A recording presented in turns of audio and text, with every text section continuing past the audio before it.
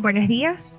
En nombre de la Comisión Nacional para la Celebración del Centenario del Natalicio del presidente Luis Herrera Campins, les damos la más cordial bienvenida al ciclo de foros. Luis Herrera Campins, una mirada desde la academia. Este encuentro busca analizar la trayectoria política del presidente Herrera, desde sus inicios en la democracia cristiana hasta su trayectoria a la presidencia de la República, valorando su papel en el fortalecimiento del sistema democrático venezolano y su visión desde el Estado. A lo largo de esta jornada reflexionaremos sobre tres dimensiones claves: su formación y liderazgo dentro de COPEI como partido de masas, su ascenso a la presidencia en 1978 en el marco del bipartidismo venezolano, y una evaluación crítica de su gestión y gobierno y legado político en el fortalecimiento institucional del país. Esta iniciativa es posible gracias a la colaboración activa de la empresa Hartz Politólogos Asociados, la Federación de Centros Universitarios de la Universidad Central de Venezuela, el Centro de Estudiantes de la Escuela de Estudios Políticos y Administrativos, el Centro de Estudiantes de la Escuela de Economía y el Centro de Estudiantes de la Escuela de Comunicación Social. A continuación, palabras del decano de la Facultad de Ciencias Jurídicas y Políticas, el profesor Juan Carlos Apit. Buenos días a todos.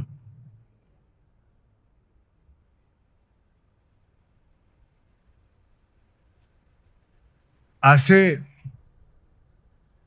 aproximadamente 42 años,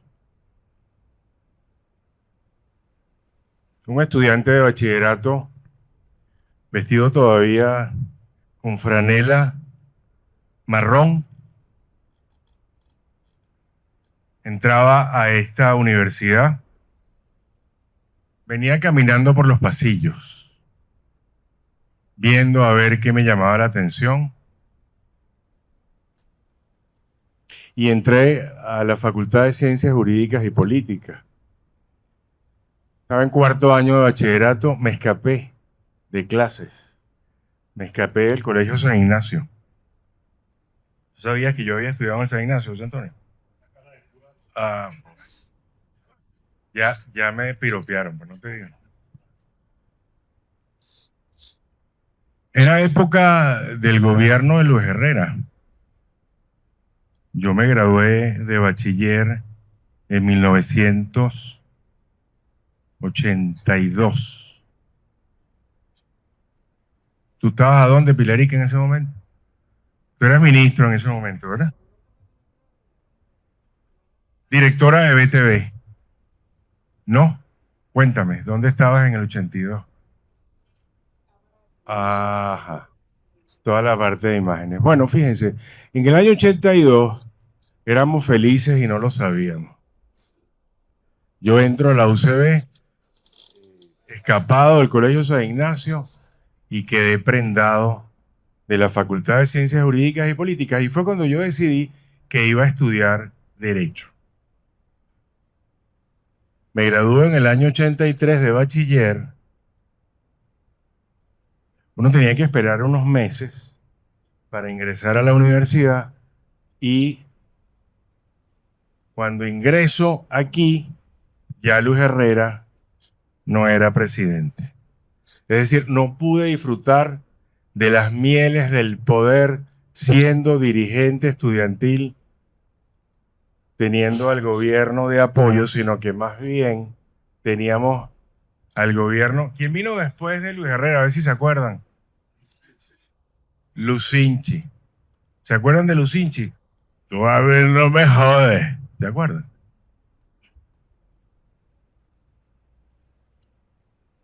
Hay hoy en esta sala un testigo de lo que aquí estoy diciendo. Allá está Claudio Suárez. Claudio Suárez y este humilde servidor, el hijo de Noelia, éramos los responsables de COPEI aquí en la Universidad Central de Venezuela. Democracia Cristiana Universitaria, pasado del cual me siento sumamente orgulloso. Y lo he dicho una y otra vez. Y me siento orgulloso porque como Claudio, como Jan Yatín, como muchos de esa época, fuimos formados ideológicamente nos formaron para la acción política y nos formaron e invirtieron en nosotros ingentes cantidades de dinero para hacer actividad política en la Universidad Central de Venezuela y para salir de esta universidad y servir al país.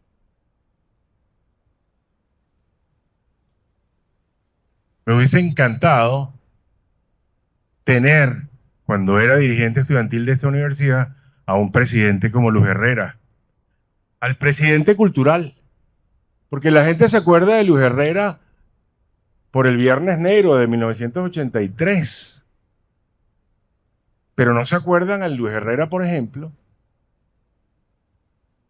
que termina el complejo Teresa Carreño. Ahí está el complejo Teresa Carreño. Bueno,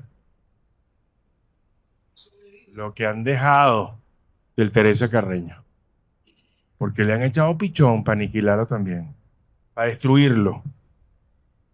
Es el mismo Luis Herrera que termina Parque Central, el Museo Sofía Inver.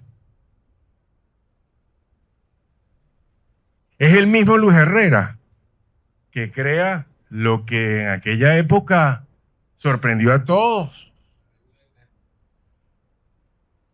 El Ministerio de la Inteligencia, ¿se acuerdan? Que la gente decía, ¿y eso es para qué? ¿Qué es eso? ¿Qué invento? Bueno, resultó que a la postre demostró que estaba suficientemente fundamentado un ministerio y además dirigido ¿por quién? Por Luis Alberto Machado, uno de nuestros mejores pensadores de la educación, porque eso fue Luis Herrera. El presidente cultural, el presidente de la educación. Con Luis Herrera se reforma la ley de educación. Con Luis Herrera se reforma el Código Civil para reconocer a los hijos nacidos fuera del matrimonio con igualdad de derechos. Ese es el Luis Herrera que yo recuerdo, que yo defiendo. Por eso es que me entusiasmo cuando me hablan de foros para recordar una época de nuestra historia política contemporánea, de nuestra historia republicana, que pareciera que estamos como en un paréntesis interminable.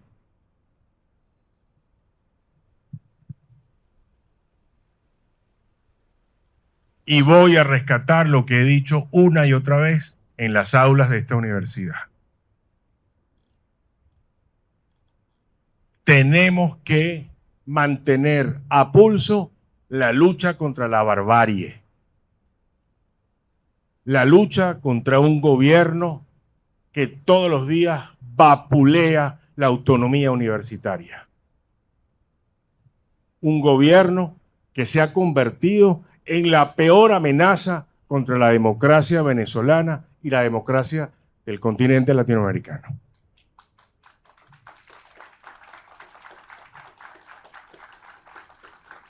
Ojalá que este foro sirva para rescatar ideas, para rememorar un pasado del cual nos tenemos que sentir orgullosos, pero sobre todo que sirva como incentivo para saber que puede haber una Venezuela distinta. Y la habrá en tanto y en cuanto entendamos que tenemos que mantener una lucha hasta alcanzar el objetivo de recobrar la democracia en Venezuela. Viva este foro. Les agradezco a ustedes por estar la mañana de hoy acá acompañándonos. En esta aula 15 que hemos levantado de la ruina para que se convierta en un sitio de reencuentro, de debate, de ideas. Viva la UCB, viva la democracia. Sigamos adelante.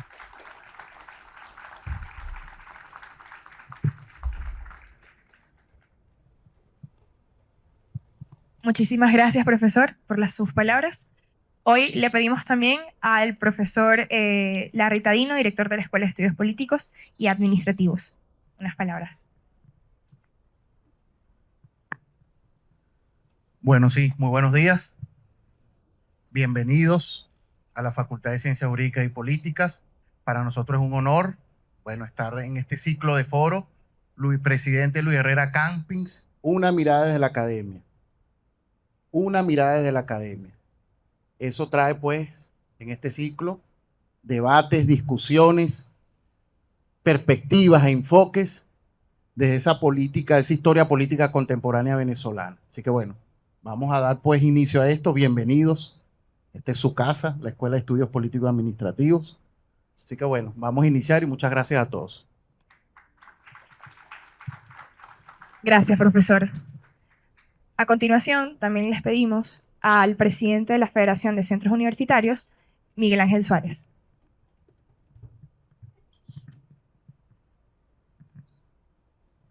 Bueno, en principio, agradecidos a todos ustedes por estar aquí, a la Comisión Centenaria de Luis Herrera Campins, al decano Juan Carlos Hapi y al director de la Escuela de Estudios Políticos, Larry Tadino, además de los muchachos del Centro de Estudiantes de la Escuela de Estudios Políticos. Yo creo que me gustaría puntualizar precisamente varias cuestiones. En principio, lo que significa hoy que en la Escuela de Estudios Políticos Administrativos se esté dando un acto como este. La Escuela de Estudios Políticos Administrativos hace no tantos años se dedicaba a resolver día tras día las cuestiones urgentes, los salones, los techos, la sede, y que hoy estemos dando pasos a la discusión y a la creación de la memoria histórica venezolana, la discusión de políticas que se aplicaron en un pasado, a la discusión ideológica. Yo creo que da un indicador muy positivo de lo que está haciendo la Escuela de Estudios Políticos, y me voy a permitir el espacio también, porque hay que reconocerlo, de la gestión que ha tenido nuestro profesor Larry Tadino y el decano de esta facultad, Juan Carlos Hapi. Hoy la Escuela de Estudios Políticos, a diferencia de semestres anteriores, se puede dar el espacio de discutir sobre la academia y de todos esos temas de interés en los cuales nos estamos formando. Asimismo, desde la federación, cuando tuvimos este primer contacto con el centenario, nos vimos muy emocionados porque creemos y estamos comprometidos con rescatar el valor cívico, algo que se ha perdido durante tantos años. Luis Herrera es clave en esto, el periodista, el político, el dirigente estudiantil incluso. Varias de estas cosas hoy bastante complicadas de hacer en el contexto en el que estamos. Sin embargo, es claro el compromiso que existe en rescatar los valores de la civilidad. Hoy que parece todo que hay un corte militar y un corte castrista, es importantísimo resaltar figuras como esta que representan al venezolano civil y a esa figura con la que la universidad está comprometido, que no es distinta a la figura de Vargas, no es distinta a las figuras de tantos usevistas que han hecho y hacen grande a este país y que han hecho y hacen grande a la Universidad Central de Venezuela. Gracias por este espacio, gracias por hacerlo posible, gracias a los muchachos de la Escuela de Estudios Políticos, del Centro de Estudiantes, por hacer este espacio posible y por la invitación de poder hacer parte de esto el día de hoy.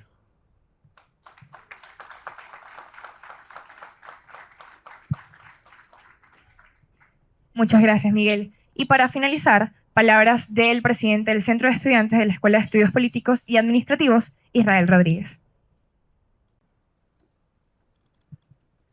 Sí, bueno, buenas tardes a todos, ya es mediodía.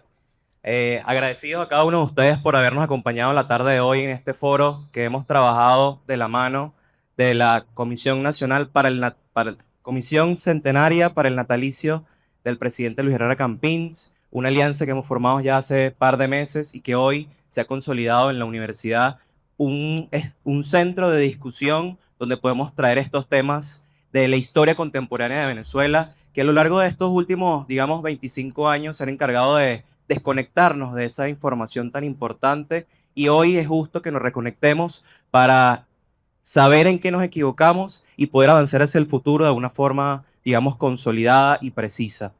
Quiero agradecer de manera muy particular a la señora Pilarica Romero y al señor José Antonio Rodríguez por la oportunidad de darnos por la oportunidad de ser parte de este ciclo de foros y de extenderlo por toda la universidad. Cuenten con la universidad para seguir extendiendo esta información, cuenten con el Centro de Estudiantes de la Escuela de Estudios Políticos. Sean bienvenidos al ciclo de foros, y esto está para que participen, para que, como dijo el profesor Larry, Planteemos perspectivas en torno a la historia y generemos memoria histórica para conectar esa historia con el presente y sobre todo con el futuro. Muchas gracias. Gracias, Israel. Y para culminar esta apertura de bienvenidas, con ustedes nos encontramos acompañándolos Luis Enrique Márquez y mi persona Fabiana Ferreira, estudiantes de la Escuela de Estudios Políticos. En consiguiente, queremos presentar a nuestros panelistas. En primer lugar, el politólogo José Antonio Rodríguez Rodríguez, licenciado en Ciencias Políticas Administrativas de la Universidad Central de Venezuela, máster en Administración Pública por la Universidad de George Mason, asesor político, consultor en Relaciones Públicas, presidente de HAR Politólogos Asociados, miembro fundador de la Comisión Nacional Centenaria para la celebración del natalicio del presidente Luis Herrera Campins. Además, fue secretario del Consejo de Ministros en 1982, director de Secretaría, Oficina de Secretaría del Presidente de la República en 1983 y director de CONATEL en 1994. Y también el día de hoy nos acompaña el profesor Eduardo Valero Castro, profesor de Historia y Teoría Política de la Escuela de Estudios Políticos, doctorando en Ciencias Políticas, exdirector de la Escuela de Estudios Políticos, miembro del Partido Social Cristiano COPEI desde 1992 hasta 2012. ¿Cuál será nuestra dinámica a partir de este momento? Cada uno de los panelistas tendrá un tiempo de 15 minutos para dar contextualización sobre la vida, obra y la importancia de la figura de Luis Herrera Campins para la consolidación del Estado democrático. En primer lugar, le damos la palabra al señor José Antonio Rodríguez Rodríguez. Muy buenos días a todos. Encantado de estar aquí en esta aula donde yo escuché clases hace más o menos 50 años. Me parece que fue ayer y estaba en muy buen estado. La pizarra estaba de aquel lado de la pared. Yo hice casi toda la carrera en esta edificación. Después nos mudaron a los galpones que eran muy bonitos, que estaban a las puertas de las Tres Gracias. Y pasé unos 5 años divinos aquí en la Universidad Central de Venezuela. Me siento complacido de estar hoy aquí con ustedes para hablar de ese estadista y hombre fundamental en la vida política de Venezuela que fue Luis Herrera Campins. A casi 50 años de la entrega de su gobierno, empiezo por decirles que Luis Herrera Campins es inagotable. Estamos aquí en la Universidad Central de Venezuela hablando de su gobierno, de su obra, en un momento en que la oscuridad política, las garras de una tiranía brutal y feroz se ciñe sobre todo y cada uno de los venezolanos que habitamos esta tierra, se levanta la voz y el mensaje de un hombre que durante 5 años gobernó con amplitud, con tolerancia, con visión de futuro, con ganas de servir al país, que fue capaz de exportar la democracia a Centroamérica, derrotando a todos los regímenes comunistas que existieron y fue capaz de instaurar democráticamente gobiernos en El Salvador, en Guatemala, en las islas del Caribe y de lograr gobiernos demócratas cristianos en países como Ecuador y otros en Sudamérica. Luis Herrera fue un hombre que consolidó la paz y la democracia en el mundo. Exportó el mensaje de paz y fue escuchado en todas partes. La justicia social, el bien común, fueron parte de su misión de gobierno y lo cumplió a lo largo del país y fuera del país. Tuvo sus errores, pero fueron mucho más los aciertos. Tuvo errores porque al fin y al cabo fue un humano y todos cometemos errores. Lo supo rectificar, supo gobernar, supo oír, supo mantener una plataforma de entendimiento político con la socialdemocracia venezolana, con quien supo darle estabilidad al sistema político sin traumas, con principios de alternabilidad del poder. Recibió el poder de un contrincante político y le entregó el poder sin ningún trauma a un contrincante político. Venezuela era otra. Ustedes no habían nacido, pero Venezuela era otra. En Venezuela se vivía en paz. Y esa situación y ese mensaje es parte de lo que nosotros queremos dejar. Bienvenido, rector. Adelante. Es un mensaje que...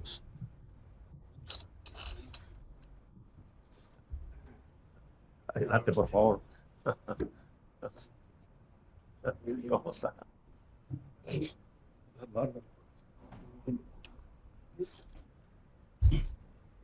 Ese mensaje definitivamente es importante en estos momentos porque ustedes no pueden quedarse y acostumbrarse a lo que estamos viendo. Ustedes no pueden quedarse y acostumbrarse a que un muchacho levanta la voz y se lo llevan en la tarde o en la noche. Ustedes no pueden acostumbrarse a que el presidente de la Federación de Centros Universitarios da unas declaraciones y tiene que salir huyendo porque sencillamente lo van a salir buscando. Aquí este país se gobernó durante muchos años y las voces se podían levantar sin ningún problema, automáticamente, sin ningún tipo de represalia política. Los presidentes de la Federación de Centros Universitarios vivieron absolutamente en la pluralidad política, en el respeto de las ideas.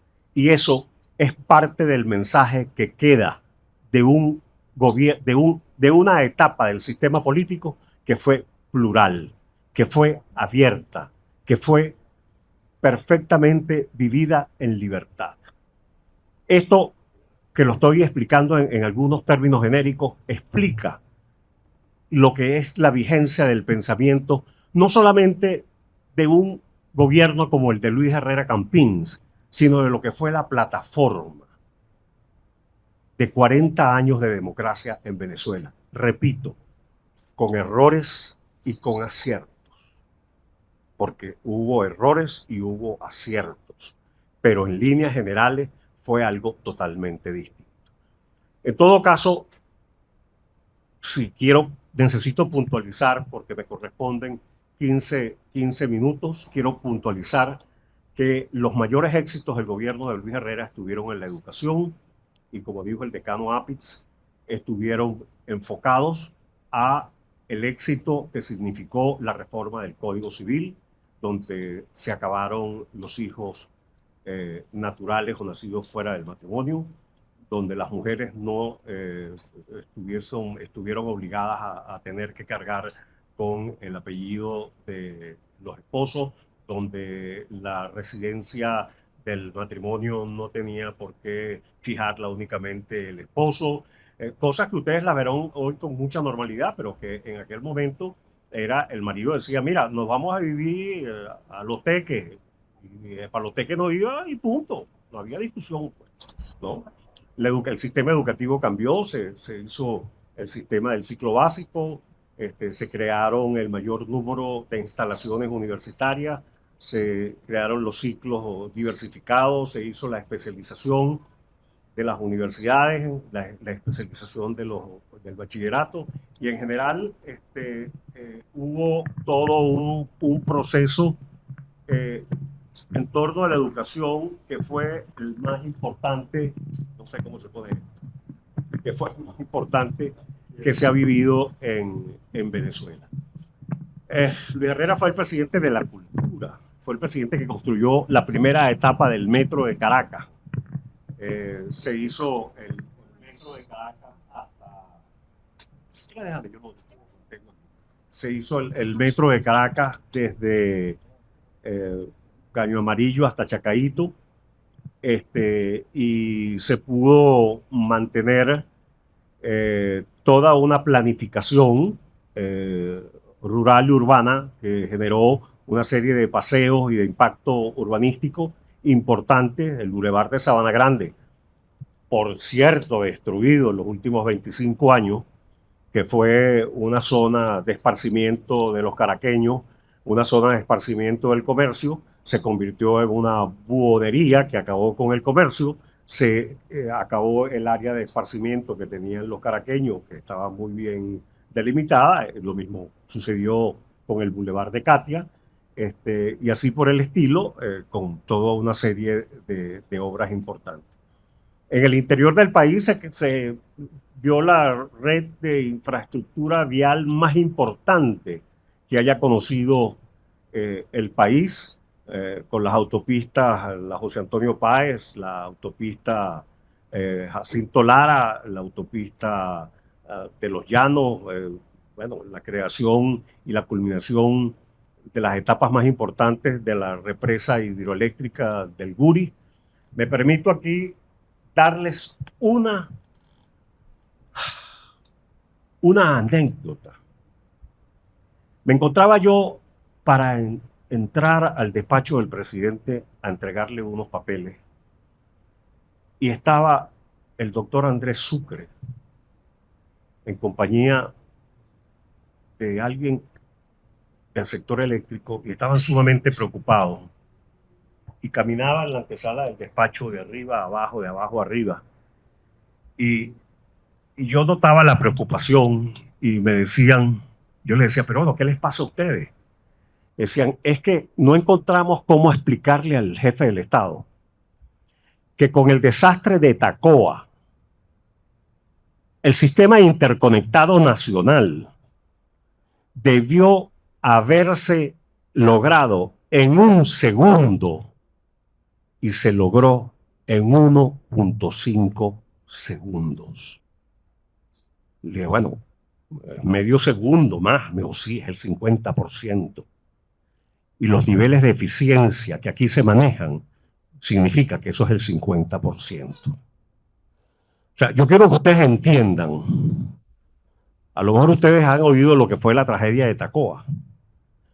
Todo el país en ese momento quedó conectado en 1.5 segundos. Y los planes de contingencia de la electricidad de Caracas, que estaba en manos del sector eléctrico, junto con la compañía anónima Edelca, que estaba en manos del Estado, lo logró en 1.5 segundos. Entonces, ustedes verán a lo que es la electricidad hoy en día. Entonces, una pequeña anécdota que no está escrita en ninguna parte, pero que yo la viví porque vi a esos señores preocupados para darle una explicación al jefe del Estado sobre lo que ahí había sucedido. Bueno, como esas hay muchas más anécdotas de lo que era la eficiencia de la administración pública en aquel momento y los horrores que estamos viviendo, porque ahorita lo que pasa es que en 1.5 segundos pueden haber 200 picos de luz que acaban con los artefactos eléctricos del 50% de los hogares venezolanos que le quedan destruidos los artefactos eléctricos. Entonces,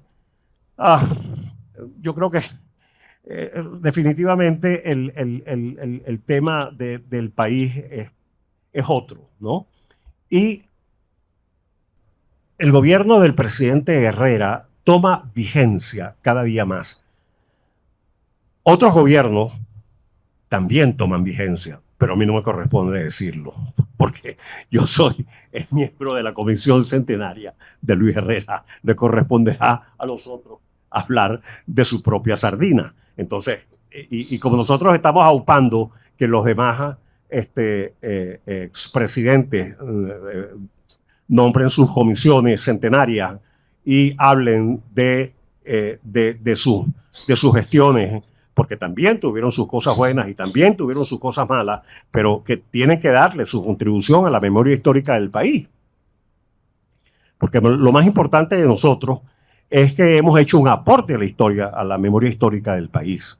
Es decir, todos ustedes tienen que conocer, y por eso hemos hecho publicaciones Sí, hemos hecho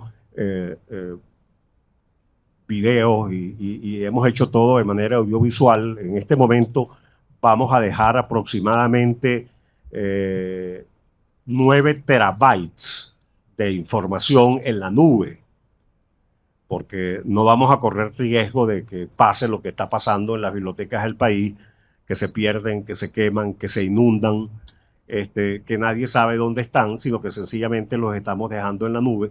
Todo eso lo pueden ver ustedes a través de Instagram, TikTok, Facebook, Thread, en cualquiera de las redes.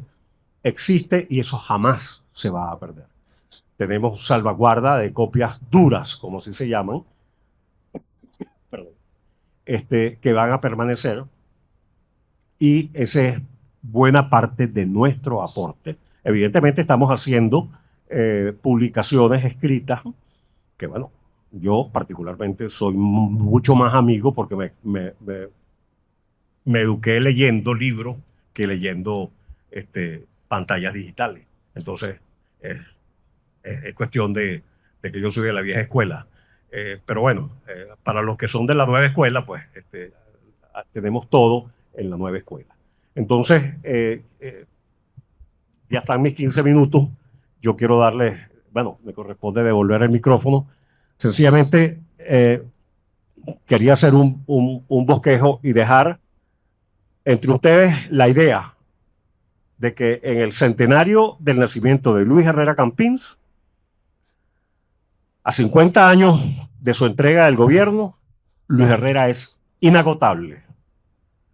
Aquí hay material para que los que vienen atrás lo estudien a lo largo de su vida, en su sesquicentenario, en el bicentenario, y repito, que lo hagan con otros presidentes. Porque la historia de Venezuela no está en 25 años, ni con lo que nos quieran vender. La historia de Venezuela es muy amplia, muy, pero muy amplia. Y nosotros, en la Comisión del Centenario y mi empresa, HAR Politólogos Asociados, estamos haciendo un esfuerzo porque se conozca una historia distinta a la historia tergiversada que nos quieren dejar. Muchas gracias.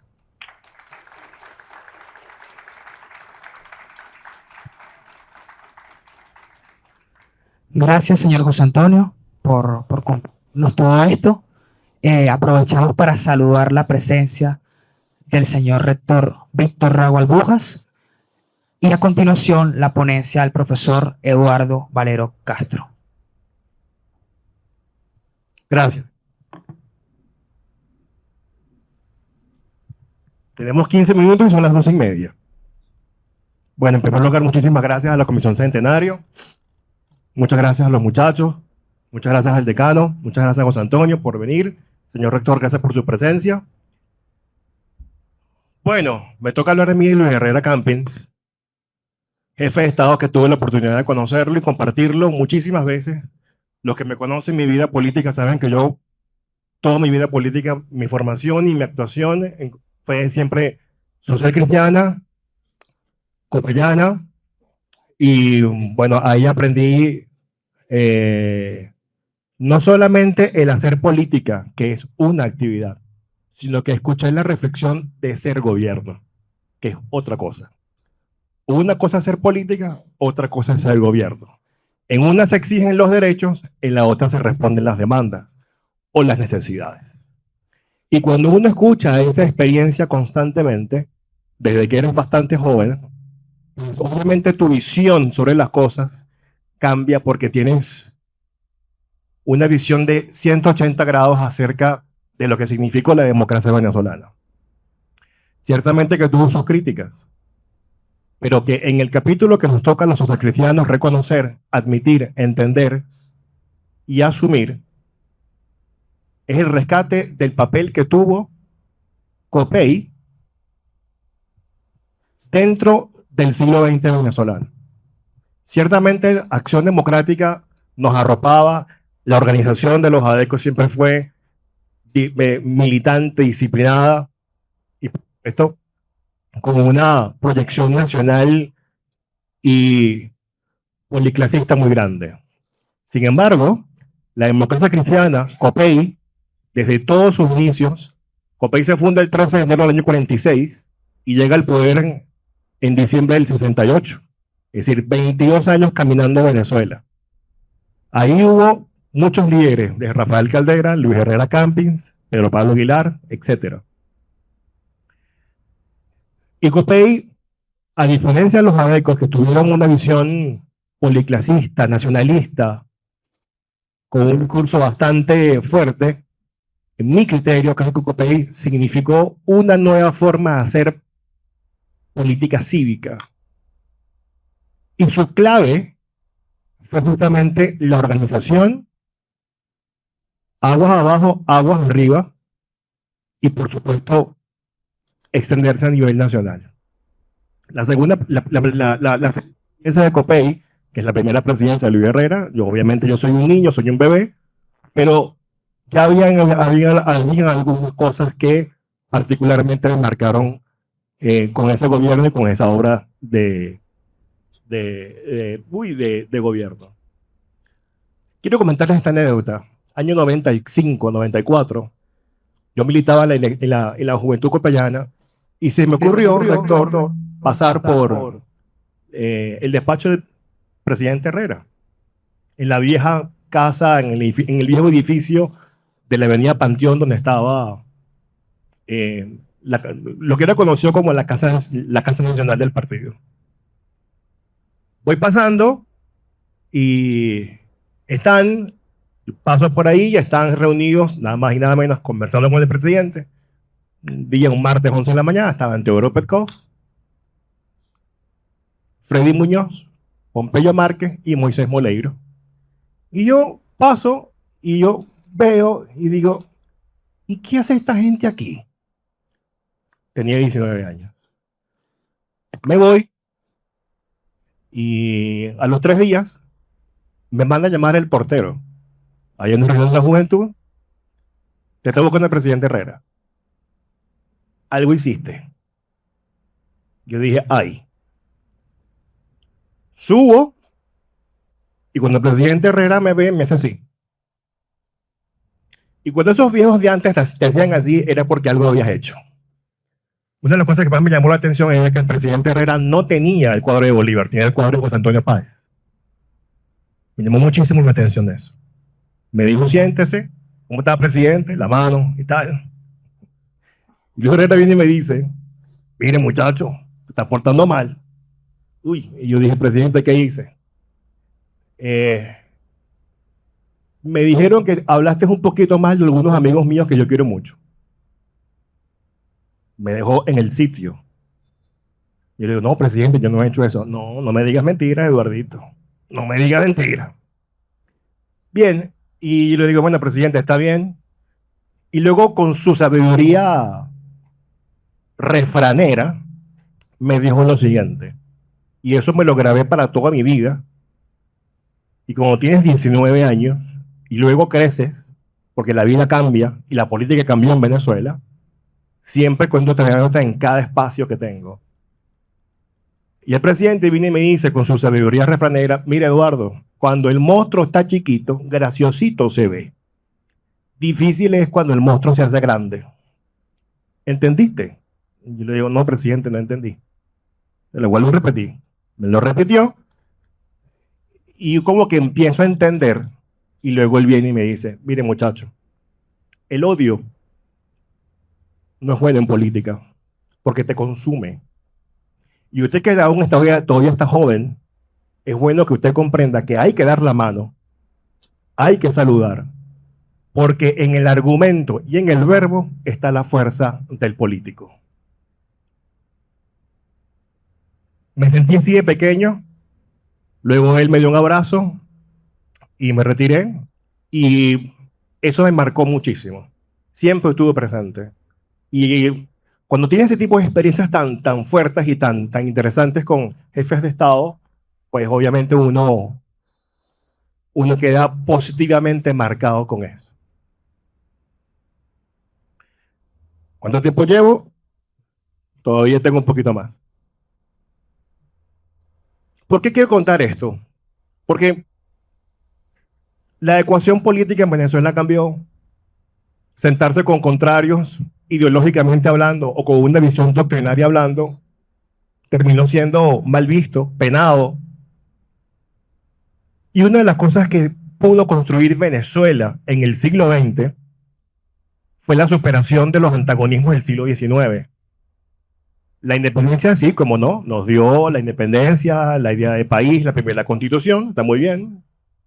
Pero luego, con la separación de la Gran Colombia, o la República de Colombia, nos tocaron cerca de 80, 90 años de violencia política de manera sistemática, desde 1835 en adelante, hasta la llegada de Juan Vicente Gómez.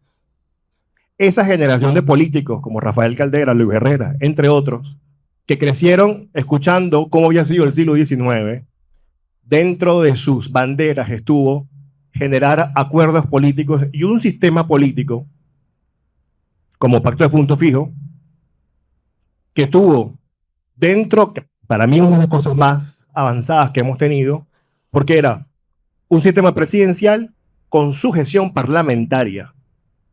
Punto Fijo fue eso. Y sobre eso establecer y enmarcar los diálogos para que la República caminara dentro de sí misma, minimizando los disensos y aumentando la capacidad de consenso. En ciencias políticas lo llaman la democracia pactista o las democracias consensuacionales, ya que estamos aquí hablando de temas un poquito más académicos. Pero importante, se hace importante siempre dejar esto, porque a su vez, cuando tienes esta formación, también te cambia tu forma de ver, tu espíritu. Y cuando te organizas y peleas, obviamente siempre en términos cívicos, y sales con la bandera verde, me tocó muchas veces hacerlo, pues obviamente te queda para bien. La visión doctrinaria de la democracia cristiana siempre tuvo como norte la paz. Y Copey, que siempre tuvo tres grandes tendencias, los araguatos, los astronautas y los avanzados, tuve siempre la oportunidad de escucharlos los tres. A los araguatos, a los astronautas, a los avanzados, siempre los escuché.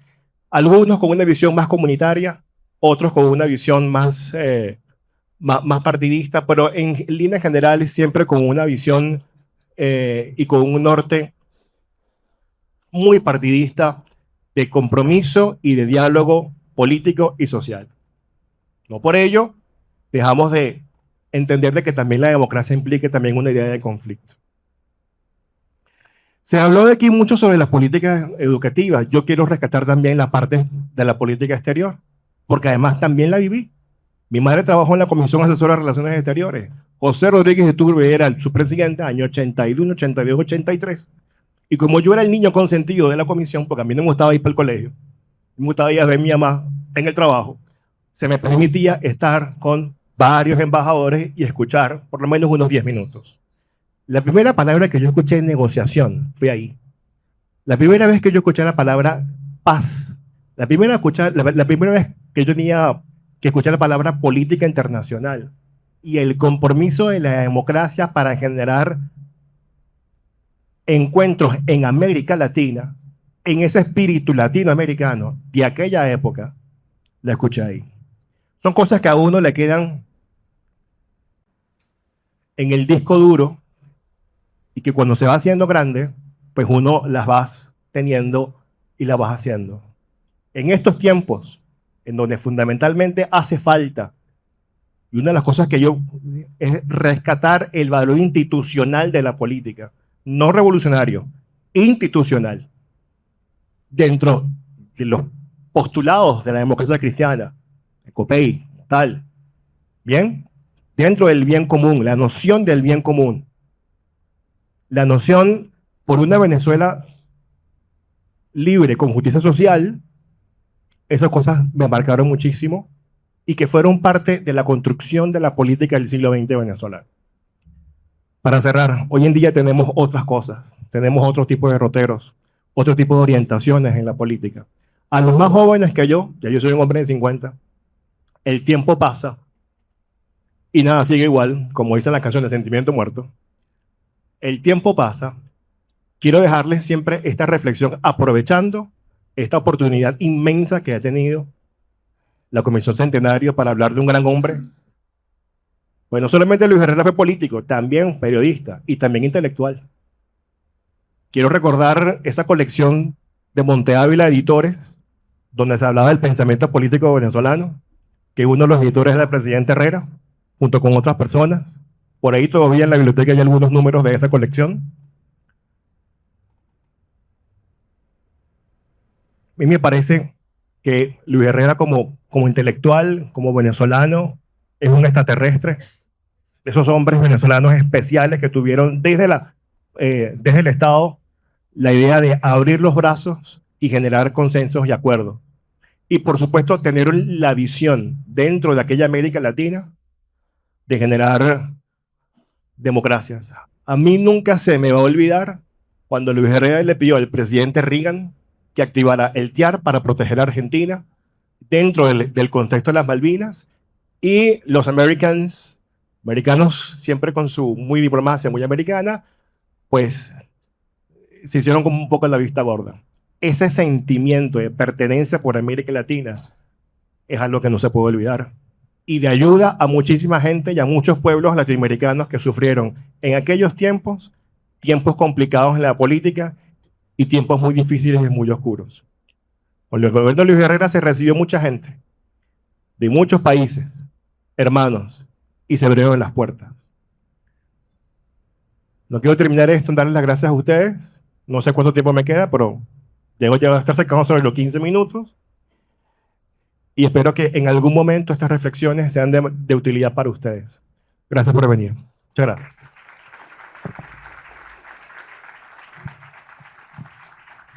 Muchísimas gracias, profesor Eduardo.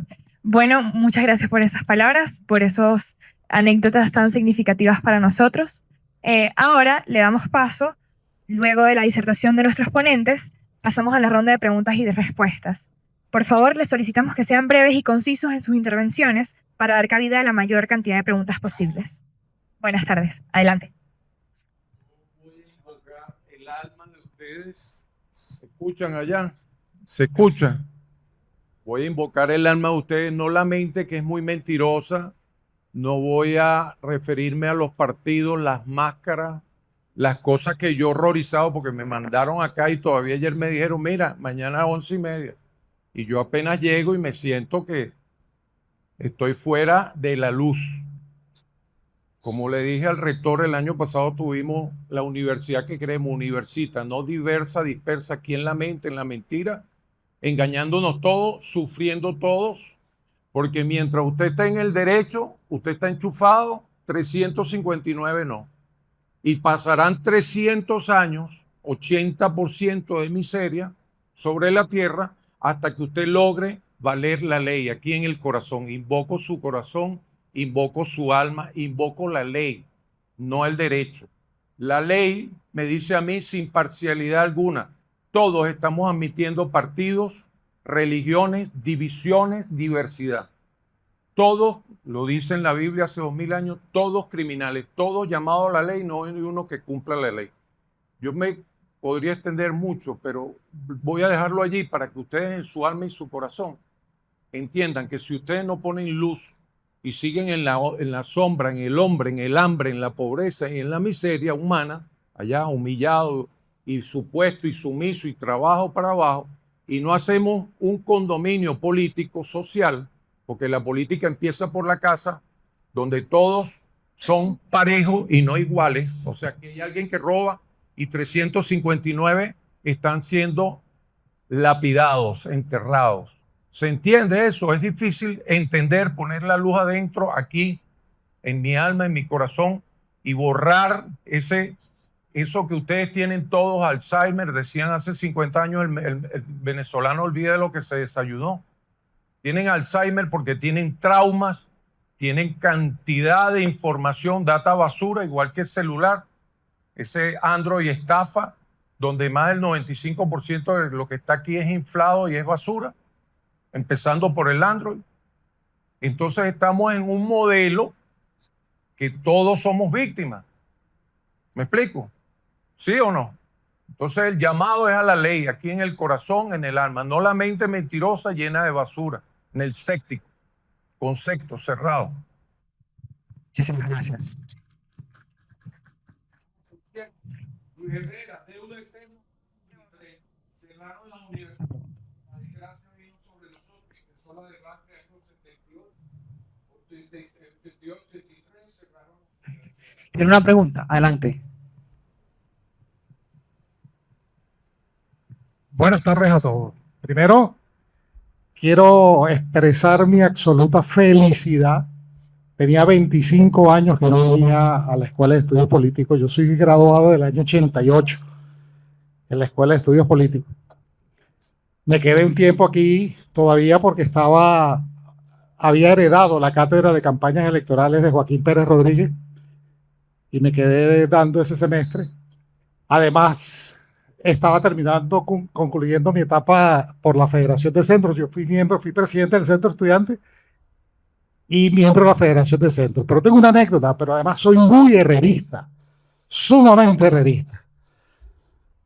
En el año 88, el Caracazo, 89,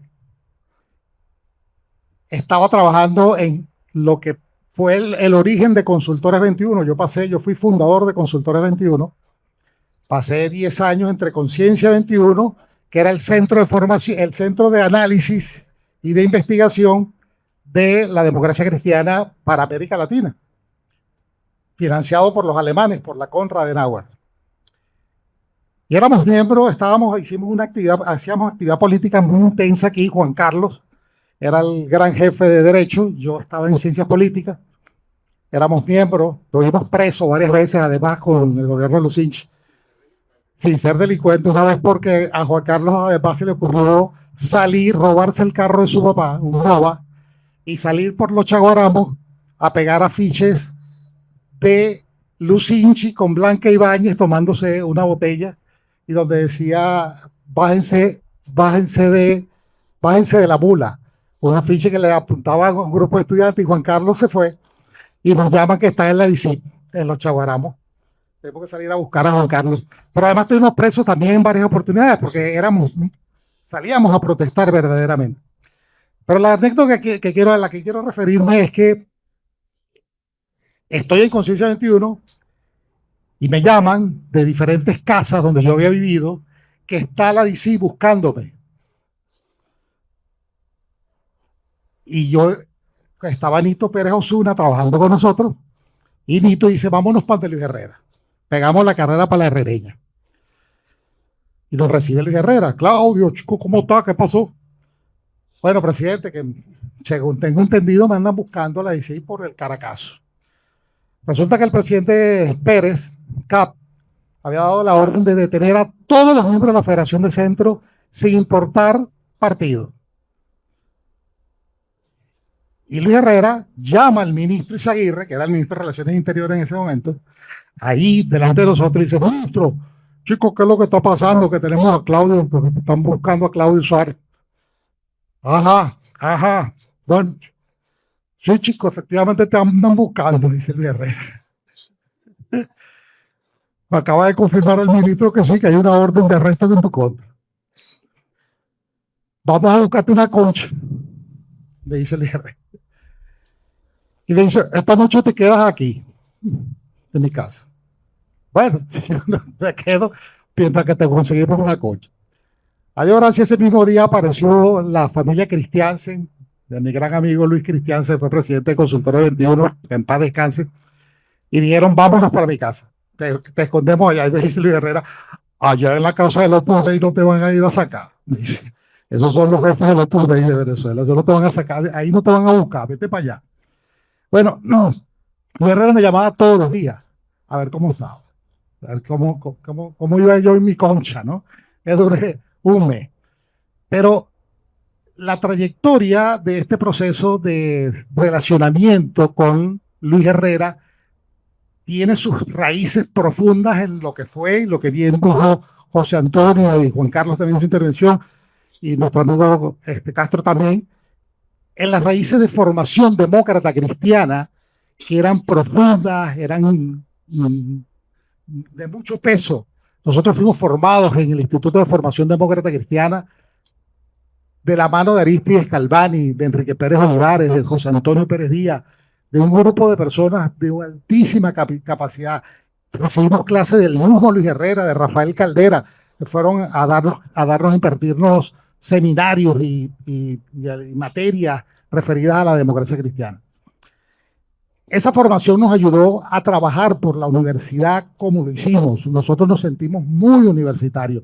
De hecho, nos peleábamos porque yo era el secretario general de COPEI en toda la Universidad Central, en las 11 facultades. Y nos peleábamos mucho con el partido porque el partido asumía que debíamos ser una extensión del partido de la universidad, y nosotros decíamos que primero, ahí le dice Juan Carlos, que además fuimos varias veces a pelear porque decíamos, nosotros ante todo somos un cevista, somos universitarios y vamos a defender a toda costa a la universidad, primero a la universidad. Y esa fue nuestra labor, nuestro trabajo de meternos de frente y además con mucho entusiasmo y con mucha disposición.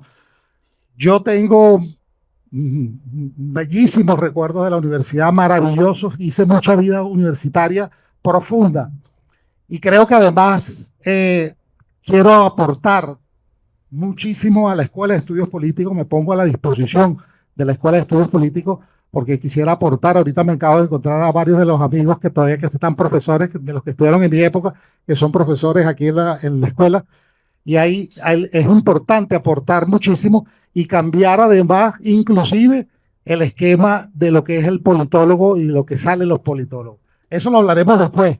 Yo voy a trabajar en ese sentido porque seguramente va a ser polémico, pero creo que es un tema fundamental. Así que,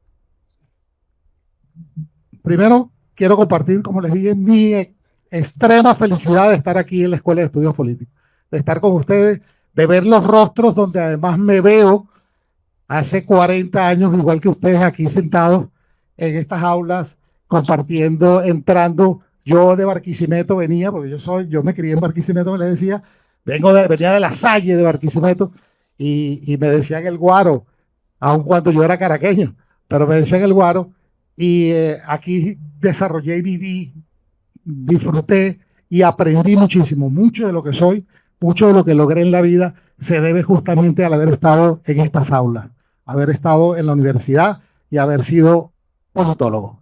Gracias. Muchísimas gracias. Para seguir continuando con este espacio, Miguel, ¿tienes una pregunta? Claro que sí. Yo tengo aquí una pregunta, bueno, voy a aprovechar y comprometo de una vez al decano y al rector también, si nos pueden responder.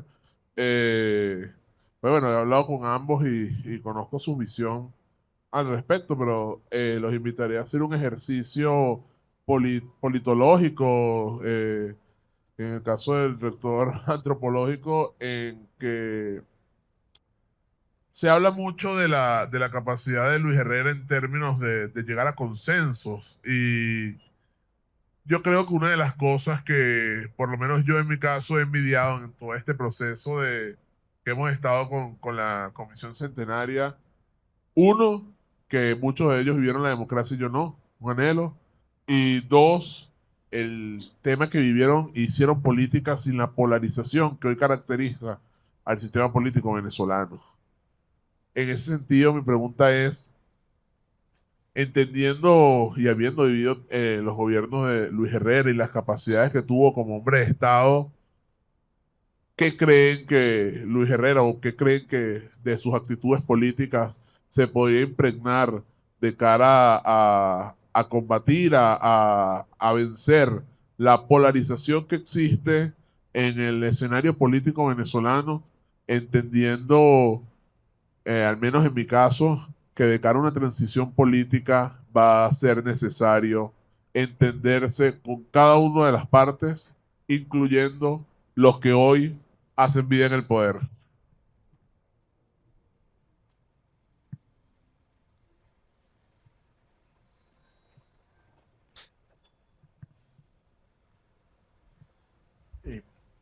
A ver, qué importante tu pregunta y reflexión, Miguel Ángel, porque la polarización que hay en Venezuela no es casual, es una polarización inducida. José Antonio en su intervención rescató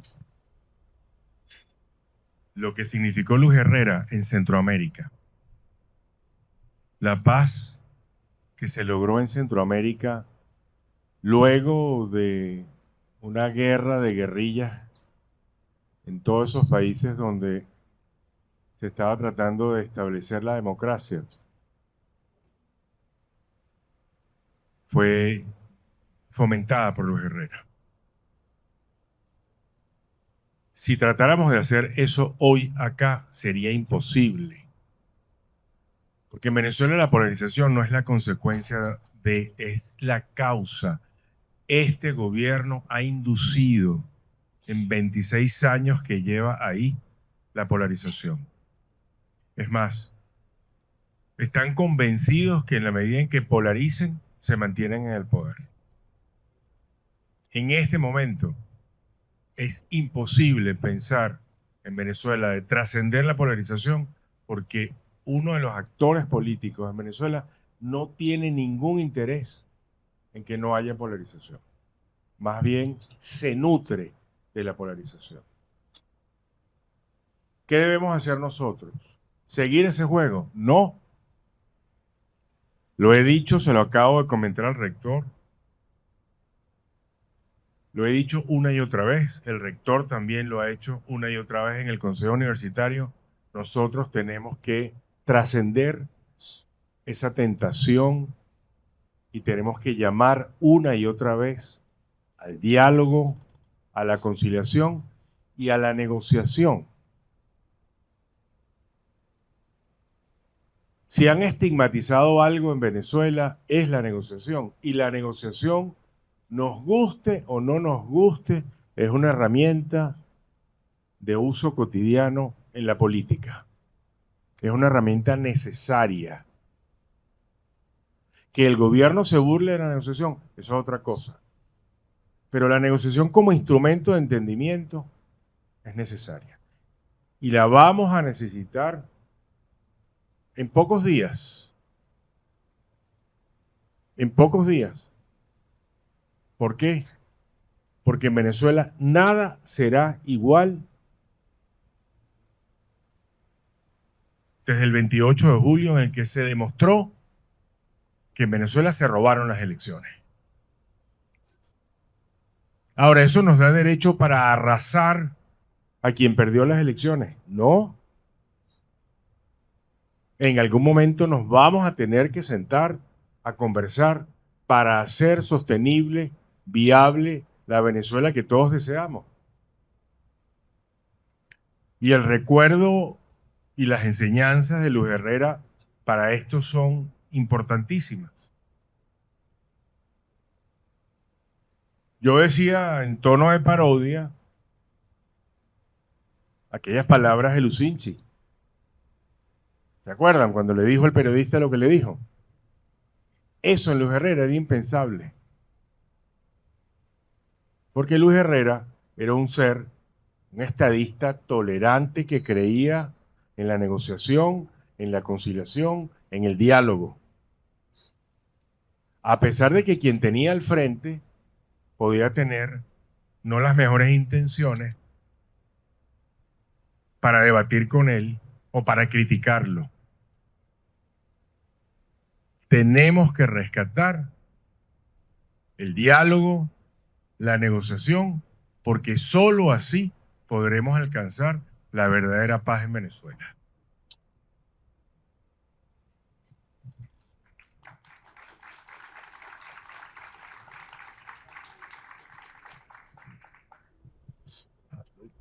Quiero preguntarle al decano si me pasó el micrófono para que dijera algo, para que se lo entregara a alguien más.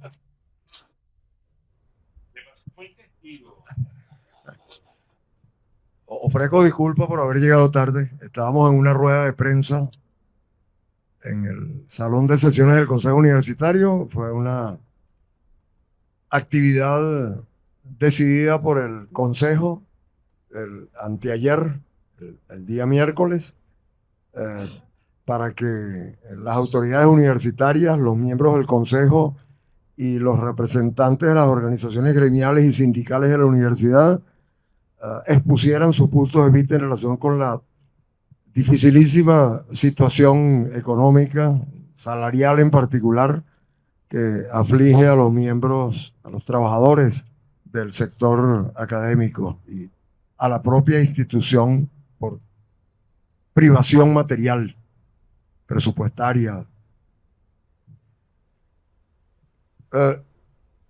Yo el otro día le eché un rápido cuento a Pilarisca Iribarren. Yo nunca fui copellano. Yo era de izquierda. Y en cierto modo sigo siendo de izquierda si hay que atribuirle al binomio opositivo izquierda-derecha algún sentido todavía. Parece que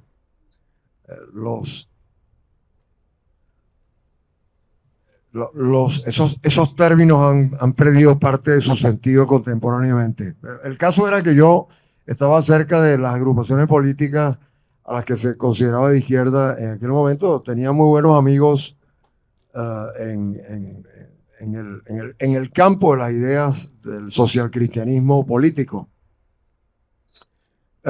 Y comenzaba a estudiar en la universidad cuando un día andaba paseando por el Sombrero, Guárico, vi que había una agitación había movimiento de gente y se oían unas voces por altoparlantes y demás, y con los amigos, con el grupo en el que estaba, nos acercamos a ver qué pasaba, y era un mitin de Luis Herrera Campins en el Sombrero.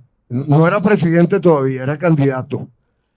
Y a lo que asistí en esa oportunidad fue a un acto de campaña electoral de Luis Herrera. Ya se imaginarán ustedes cuántos años. Y después que me gradué, y antes de irme al exterior a estudiar, a hacer el posgrado, yo trabajé durante un año y medio en el Instituto Agrario Nacional. Y en el IAN, la directiva del IAN y el equipo de trabajo más activo que había en esa institución era de jóvenes copellanos del sector que llamaban los astronautas. Yo no era astronauta, pero trabajé con muchos de ellos a lo largo de ese año y medio, maravillosamente bien, porque a los astronautas creo que los consideraban la izquierda de Copey en ese momento.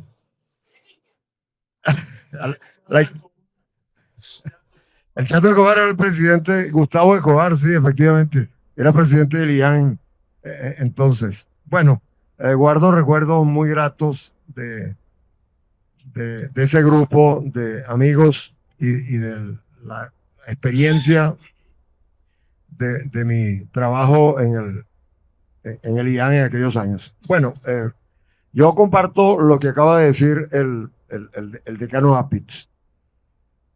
En un acto recientemente celebrado en la Facultad de Ciencias, promovido por un sector de la oposición política venezolana, por grupos asociados a una determinada visión de la oposición en el país,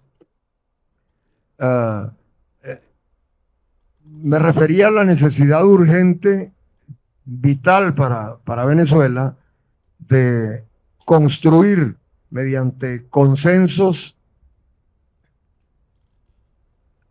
y negociaciones sin exclusión una sociedad no polarizada. La polarización es un flagelo político. No hay ninguna sociedad polarizada que a la cual pueda sonreírle el futuro. Hay que combatir la polarización porque la polarización excluye el diálogo, favorece el sentimiento excluyente, convierte a los factores enfrentados o como mínimo a los factores que promueven la polarización en factores que niegan las posibilidades de superación de las discrepancias y del conflicto connatural a la vida social y a la actividad política en el seno de la vida social.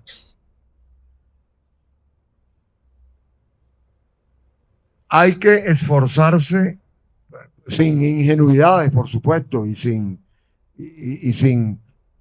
optimismos carentes de fundamento.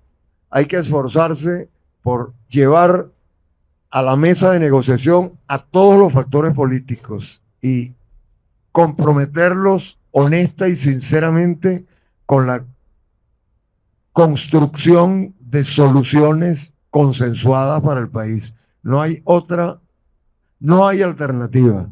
Y el diálogo no es una de las formas de la convivencia humana. Es la única forma de entendimiento de que disponemos los seres humanos para poder convivir. Le corre mala prensa al diálogo. Se han multiplicado los que piensan que dialogar es capitular, que sentarse a interactuar comunicativamente con el opuesto político es una claudicación, una especie de entreguismo o una concesión, una contemporización. No es así, no es así. El diálogo es para que cada quien exponga su propio punto de vista y para que haga cada quien también la contribución que le corresponde a la construcción de salidas negociadas. Porque donde hay conflicto hay que negociar. Los antagonismos más feroces, los enfrentamientos más encarnizados terminan siempre en una mesa de negociación. Después que salí de Lyon, yo me fui a París. Y en París estuve en el momento en que en esa importante y gratamente recordada capital, para mí, se sentaron a negociar los vietnamitas y los norteamericanos.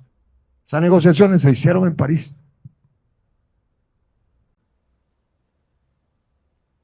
En el país que había sido la potencia colonial anterior, Francia, ahí en el sureste asiático. Ese país acogió a los contrincantes. Y por supuesto, los representantes de Vietnam que se sentaron a la mesa a conversar con los americanos no pensaban que los americanos eran unos ángeles impolutos, dotados de virtud. Sabían quiénes eran los americanos porque habían estado combatiendo hasta el día anterior contra los americanos. Y los americanos sabían quiénes eran los vietnamitas. Nadie estaba renunciando a sus propias convicciones, pero todos actuaban convencidos, es decir, con la convicción de que negociar era indispensable, impostergable, imprescindible. Y se alcanzaron los acuerdos que pusieron fin a la guerra. No hay que satanizar a los negociadores, a los que promueven la negociación como fórmula.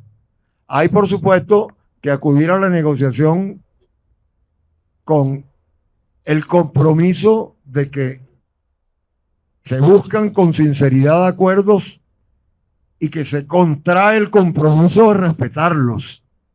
Si eso no ocurre, hay que denunciar al interlocutor por incumplido, por simulador, por embustero. Pero eso hay que hacerlo cuando, después de haber negociado y constatar que no se cumple lo convenido. Hay que sentarse a debatir, hay que sentarse a discutir. Y aquí en la universidad nosotros lo hemos dicho y nos han acusado de entreguistas, de débiles y complaciente con el gobierno nacional. Aquí se les ha dicho a todos los actores políticos, en la universidad hay espacio para el debate. Aquí se puede venir a debatir, porque la universidad, en un país que ha visto contraerse el espacio cívico a una escala enorme, la universidad sigue siendo uno de los pocos espacios abiertos en los cuales puede ejercitarse el pensamiento libre.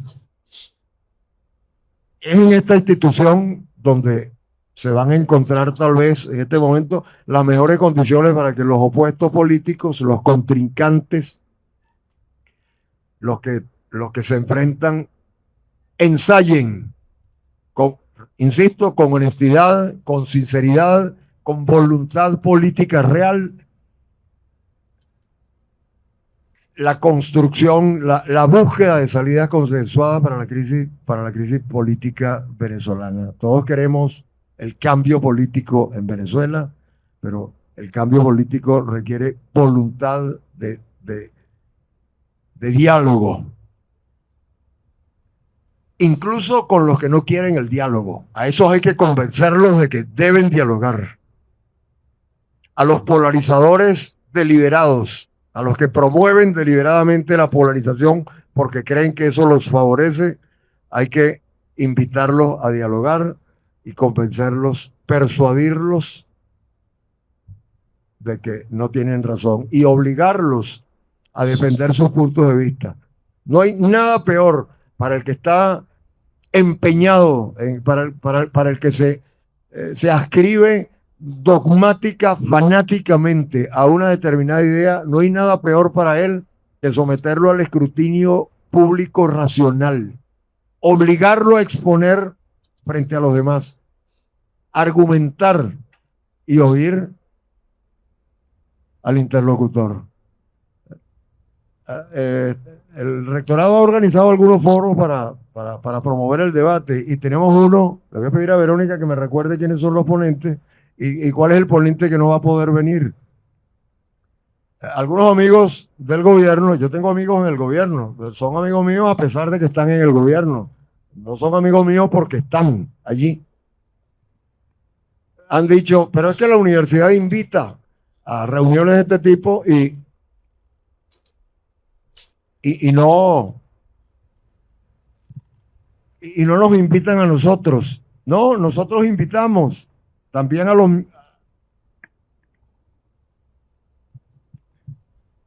El foro se llama Nuevos y Viejos Bloques de Poder en la Escena Internacional. Está previsto para el 13 de noviembre a las 10 de la mañana en la sala Francisco de Miranda, en la sala E. Pero aquí no está el que falta. No lo veo. Ya falta.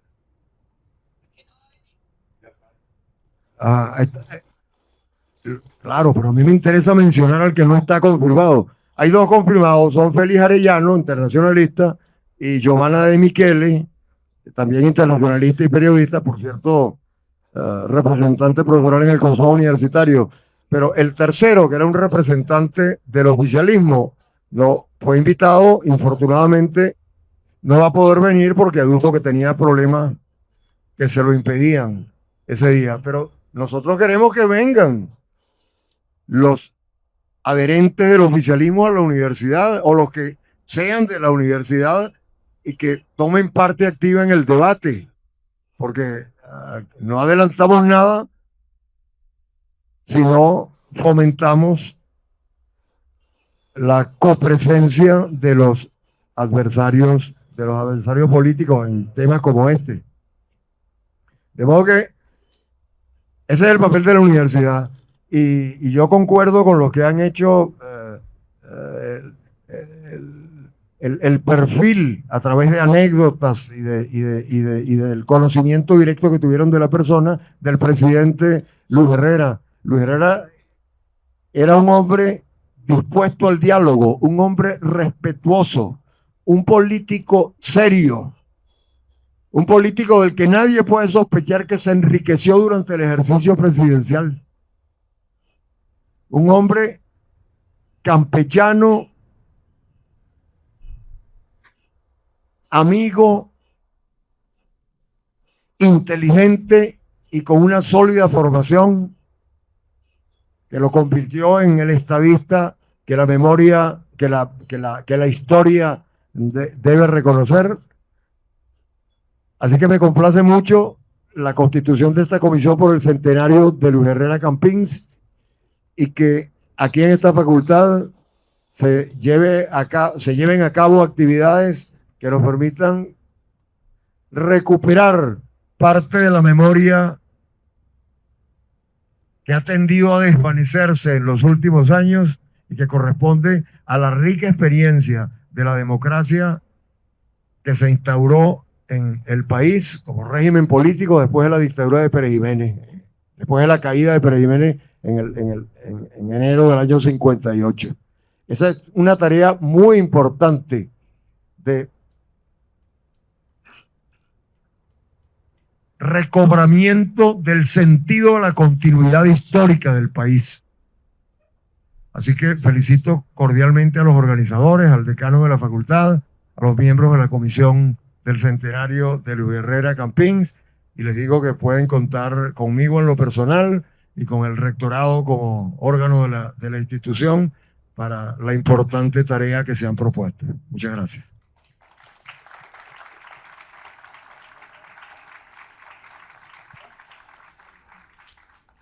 Muchísimas gracias, señor decano, señor rector, profesor Eduardo y el señor José Antonio Rodríguez por hacer esto posible.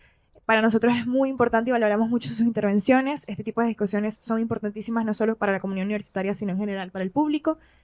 Más allá de todo esto, queremos darle las gracias. Pero para concluir, tenemos una sorpresa que estamos esperando hace un rato. Para premiar el esfuerzo y la constancia y ahondar en la formación de los futuros politólogos de nuestro país, el comité organizador ha decidido regalar entre los estudiantes asistentes una herramienta tecnológica que les permitirá fortalecer su paso por esta carrera. En unos minutos traemos las buenas noticias. Ahí viene, ahí viene. Ahí. ¿Quieres dar el nombre del afortunado o lo doy yo? No, dale tú. Ok. La sorpresa se la gana Joxer Ramos. ¿Está presente?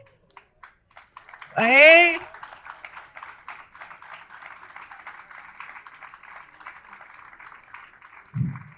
Pasa adelante a retirar su premio. Sorteada desde una aplicación. Exacto.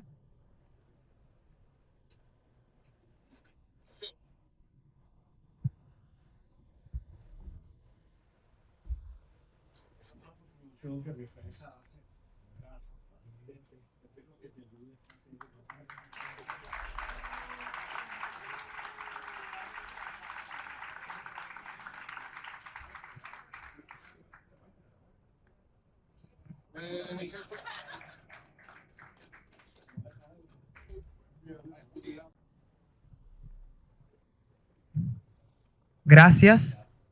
Agradecemos profundamente a nuestros ponentes por su valiosa contribución, al público por su activa participación, a la Comisión Centenaria y a la empresa HAR Politólogos Asociados por el respaldo de esta iniciativa. Este tipo de espacios académicos son fundamentales para reflexionar sobre la historia política venezolana y comprender los procesos que han configurado nuestro sistema democrático. Si me permiten, bueno, yo me tomo el atrevimiento de reflexionar sobre 3 cosas o 4 cosas importantes del legado de Luis Herrera que convienen en la universidad, que es vibrante, reflexionar sobre su gestión y sobre su gobierno. El Ministerio de la Juventud, que fue un logro muy importante del gobierno de Luis Herrera, nombrado también por nuestros ponentes, la reforma del Código Civil, que sacó de ese aletargo en que estaban las mujeres jurídicamente. Eso es sumamente importante. El Ministerio de la Mujer, evidentemente también el Ministerio de la Inteligencia, como bien lo mencionaron nuestros ponentes, que tenía una labor esencial, que era hacer venezolanos inteligentes y que la inteligencia se desarrolla. Y esas son 3 cosas que nos podemos llevar del día de hoy, además de todas las valiosas experiencias que nos han compartido quienes hoy nos acompañan. En nombre del equipo organizador, Les deseamos una feliz tarde y los invitamos a seguir participando en las próximas actividades del ciclo de foros. Muchísimas gracias. Antes, unas palabras. Ahora, les voy a quitar 3 minutos más, porque no puedo irme de aquí sin transmitirles a ustedes 2 cosas. La primera, una de las obsesiones de Luis Herrera cuando llegó a la presidencia fue cumplir a lo que se había comprometido en su campaña. Campaña en la cual yo participé activamente. ¿Qué hizo él? Él nombró a una persona fuera de toda la estructura gubernamental que se dedicó a construirle y a darles la oportunidad a todos los venezolanos, al que fuera, que pidiera una audiencia con el presidente, y eso lo llamó audiencias colectivas. Los hacía todos los lunes, desde las 5 de la tarde hasta las 12, 1, 2 de la mañana. Algunos de ustedes no recuerdan el caso Mamera, un policía que asesinó a 4 niños, a 4 adolescentes. No había forma de que ese policía confesara. El distinguido Ledesma se llamó. Las madres pidieron una audiencia colectiva y le pidieron al presidente Herrera que le dijera al gobernador de Caracas que le quitara el uniforme de policía metropolitano al distinguido Ledesma porque iba a confesar, porque se lo habían dicho los psiquiatras. Luis Herrera llamó al gobernador, que era Enrique Pérez Olivares, y le dijo: quita inmediatamente a Ledesma de la policía.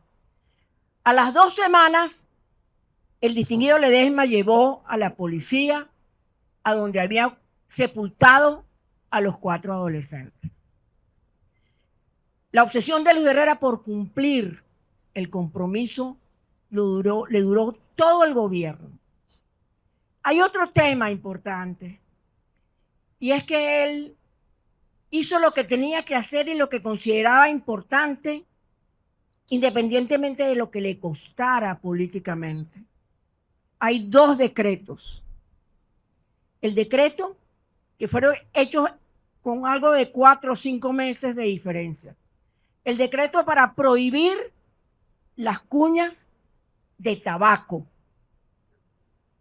porque era dañino para la salud del pueblo que recibieran promoción de cigarros permanentemente.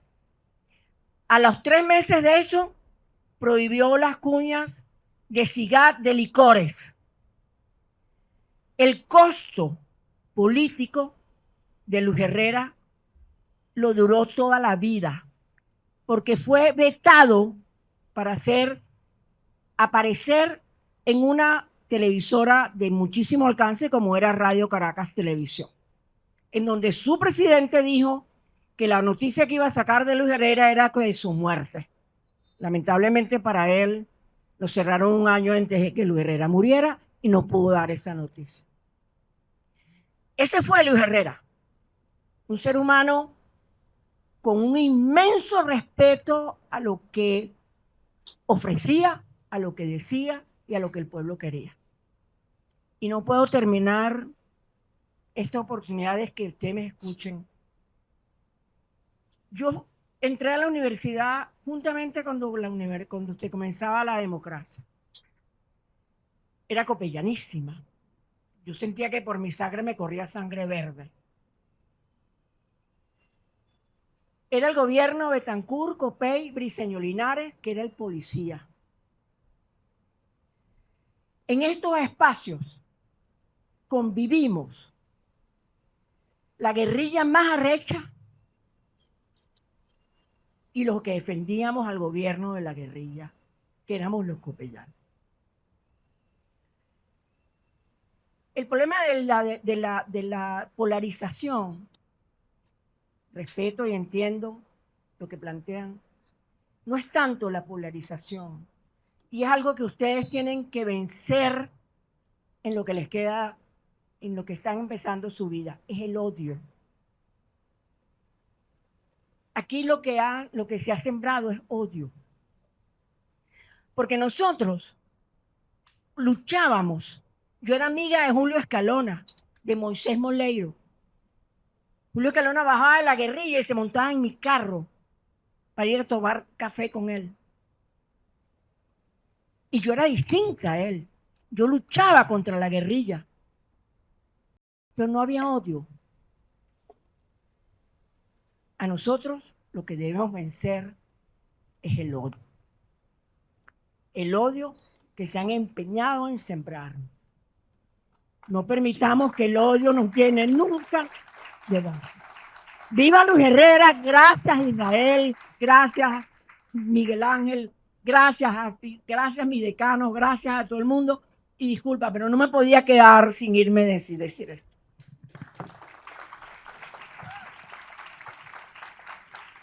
Hemos concluido. Muchísimas gracias a todos.